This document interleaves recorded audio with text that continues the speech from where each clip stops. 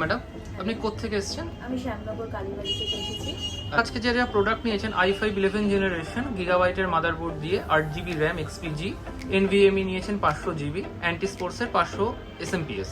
তো আপনাদের যে প্রাইসটা আমরা দিয়েছি, আপনারা ওভারঅল দেখে এসেছেন, চারিদিকে কেমন লেগেছে আমাদের প্রাইসটা? বেশ অ্যাফোর্ডেবল প্রাইস আপনার লেগেছে, মানে নেক্সট যদি আপনি পারচেস করতে চান তাহলে আবার আসতে চাইবেন আমাদের দোকানে।